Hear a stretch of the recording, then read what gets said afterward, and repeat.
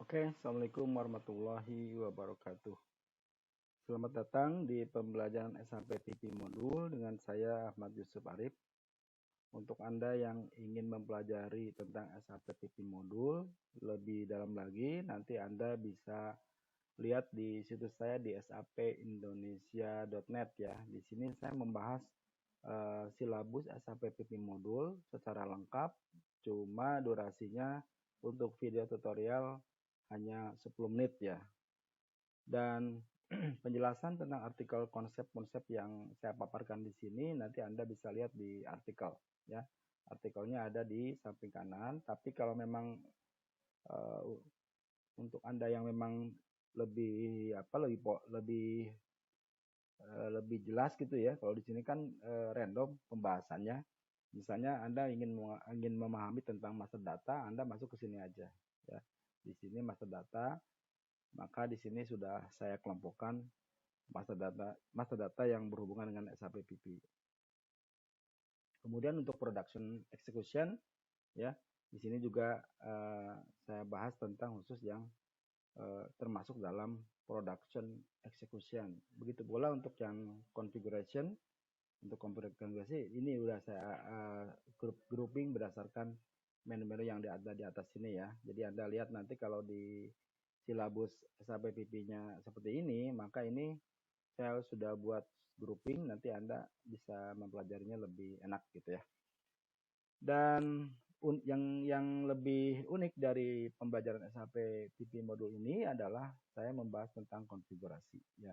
Konfigurasi SHP, di mana ini adalah suatu hal yang penting, wajib Anda paham konsep dari konfigurasi kalau memang Anda ingin menjadi seorang konsultan gitu. Tapi kalau untuk menjadi user biasa, ya user pemakai, ya berarti Anda nggak usah harus menguasai konfigurasi gitu. Tapi kalau memang yang targetnya Anda ingin lebih dari paham, ya berarti kan harus menguasai konfigurasi, tapi lebih enaknya Anda masuk ke member area, di situ saya akan bahas secara jelas gitu ya. Karena untuk mempelajari konfigurasi itu tidak bisa langsung Anda paham begitu aja gitu. Anda harus tahu dulu konsep detail dari masing-masing ini ya. Tentang BOM, work center, routing itu kan ada apa namanya? Skenario-skenario yang saya buat di sistem SAP gitu ya. Dan saya jelaskan satu persatu sehingga Anda paham, baru nanti ke konfigurasi Anda akan lebih dapat feel-nya gitu ya. Oke, tidak berpanjang lebar, kita akan meneruskan konfigurasi yang tertunda kemarin ya. Kita lihat lagi captionnya. Nah, ini yang pertama udah saya bahas ya di video tutorial tentang work center kategori. Yang kedua adalah screen sequence control field selection control.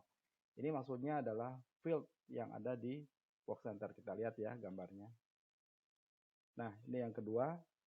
Screen dari tampilannya adalah nanti Anda kalau masuk ke SPRO, kita harus ingat ya, kalau saya memberikan gambar seperti ini, itu berarti adanya di tiket SPRO ya.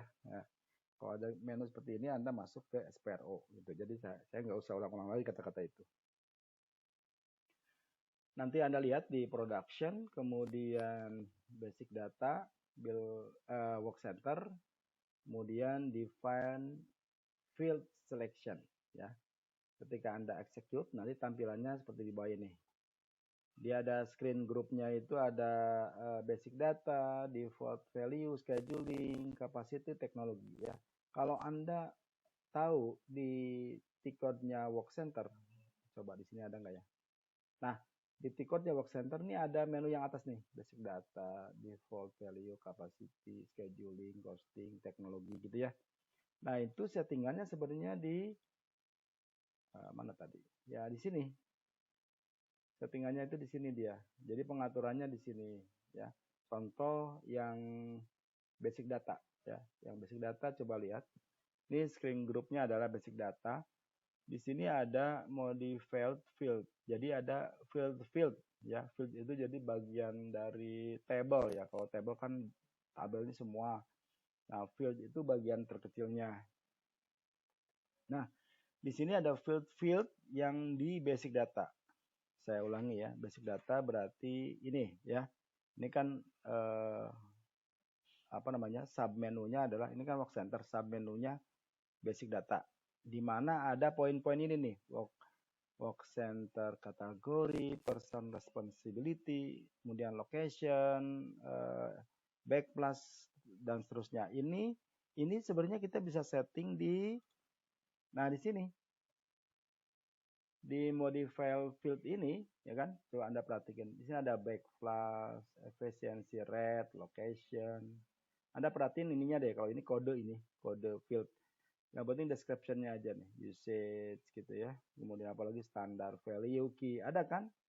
Coba kalau kita mundur lagi, ada kan di sini standar value key. Ini backflash, usage gitu ya. Nah, itu dia settingannya itu di sini. Di T-code OPFA. Nah, ada pengaturannya adalah input. Berarti input Anda di sini diberikan input. Jadi inputan itu, jadi inputannya seperti ini. Ini kan misalnya location ya. Ini yang kotak putih ini. Jadi Anda diminta input gitu. Nggak di input pun nggak apa-apa. Ini disediakan pokoknya input gitu ya. Disediakan tombol buat mengetikkan, buat masukkan data. Nah, itu dia ditandain seperti input. Contoh misalnya backflash ya. Backflash ini ditandain input. Kemudian usage ditandain input. Nah, nanti kita bisa ngatur nih. Di sini ada input, ada require, berarti diminta ya. Nanti require itu diminta, mandatory gitu. Kemudian ada lagi yang display, berarti dia cuma muncul doang, tidak bisa diinput gitu kan. Kemudian yang hide ini yang disembunyikan gitu. Fieldnya itu yang disembunyikan. Jadi maksudnya misalnya backflash ya. Backflash ini saya mau sembunyikan. Berarti Anda nanti jangan diinput, pindahin ke sini, ticknya ke hide. Gitu ya. Misalnya usage. Ini usage kan wajib nih. Nggak boleh kosong gitu. Anda bisa masukkan ke require. Dipindah dari input dipindahin ke sini. Ke require. Nanti kalau dia nggak diinput, dia akan minta tuh mandatory gitu. Kalau Anda taruh di sini gitu. Kemudian yang lainnya misalnya location hanya display aja deh, nggak usah diinput. Berarti Anda pindahin tombol ininya, tombol radionya ke sini gitu. Nah itu ya, jadi itu yang dimaksud dengan field selection control. Jadi kita bisa ngatur nih field-fieldnya itu untuk menampilkan ini menu-menu yang ada di atas ya. Berikutnya ya, yang ketiga adalah setup default atau reference work center. Kita lihat nomor 3. Nah, ini yang ketiga, ini juga setup ya. Setup dari default, nanti Anda masuk ke production, basic data, kemudian work center, tapi dari work center itu di general data Anda masuk ke define default work center. Ini yang ini ya. Nah, define ketika Anda menjalankan ini, maka tampilannya persis seperti inputan CR01. Cuman di sini kan config ya. Jadi T-code-nya sebenarnya dia OP42 gitu. Tapi Anda masukkan nih data-datanya di sini. Misal contoh usage saya masukkan 009 gitu ya.